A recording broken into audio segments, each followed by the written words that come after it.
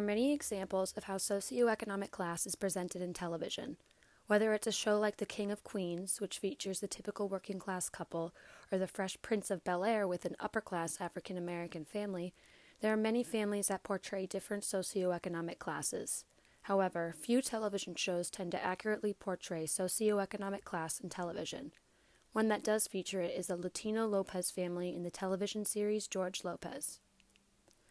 The series follows a working-class Latino father of two trying to provide for his family. With a recent promotion to management at the beginning of the series, this show features a Latino in an authoritative position working at an airplane parts manufacturing factory in Los Angeles. This show is an example of a family trying to reach the American dream. Of all the definitions available, the most relevant definition of the American dream comes from Holtzman and Sharp, who reference Hochschild, who says, "If you work hard and play by the rules, you should be given a chance to go as far as your God-given ability will take you." For a man like George Lopez, who adheres to the rags to riches myth of socioeconomic class due to his family life growing up, reaching some level of the American dream seems to be his main focus. Achieving the American dream is an underlying theme in this television show, and by examining Season 2, Episode 2 of George Lopez, it can be analyzed for its socioeconomic representations and provide meaningful observations. Because of George's race as a Latino, he is automatically reduced to the stereotype as a comedic buffoon, as mentioned by Mastro and Beb Morowitz in 2005.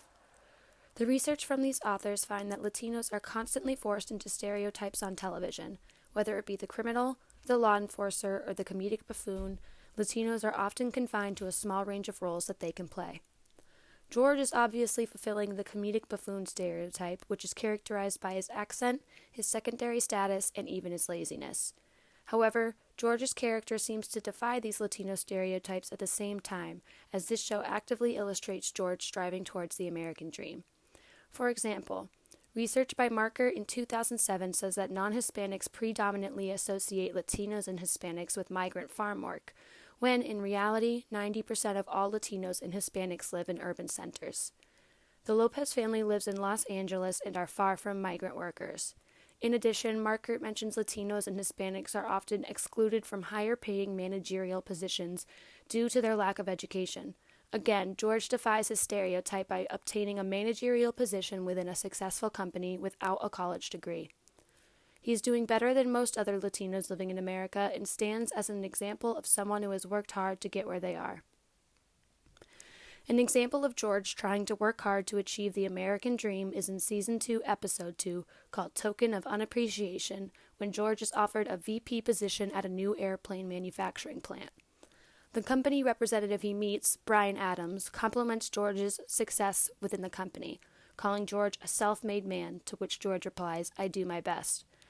Adams touches upon the aspect of the American dream when he says this, relating back to Holtzman and Sharp, who explain the American dream by reminding readers that if someone works hard, they can become successful. George quickly becomes suspicious when the company is so eager to hire him as vice president of the company without an interview or any inquiries about his work ethic. When he asks why the company was interested in him, Adams responds by saying, "Because of your name, Lopez." George asks, "What about my name?" To which Adams responds, "Come on, man, you gotta know. You're Latino." George realizes this company only wanted him for the diversity of his race as a Latino so they can land government contracts. This takes on an opposite position of stereotyping people by their race. Most often, people are denied opportunities because of their race, but here, George is being offered something because of his race. George doesn't end up taking the job so he can preserve his personal dignity. However, this episode is a great example of how one's race and economic status may have the power to influence one's life. It may influence the opportunities we are available to or what opportunities we accept. It may cause strain on our professional relationships, or it may push us to get started in a career. It's important to realize and show the differences in the representation of socioeconomic class in television, as it may be our only way to understand it. Holtzman and Sharp remind us that we often have limited information, misinformation, and biased information about why some Americans have abundant wealth and resources while others live in scarcity. By portraying these representations accurately, like the George Lopez show does, it may help individuals answer questions they have about society and socioeconomic class.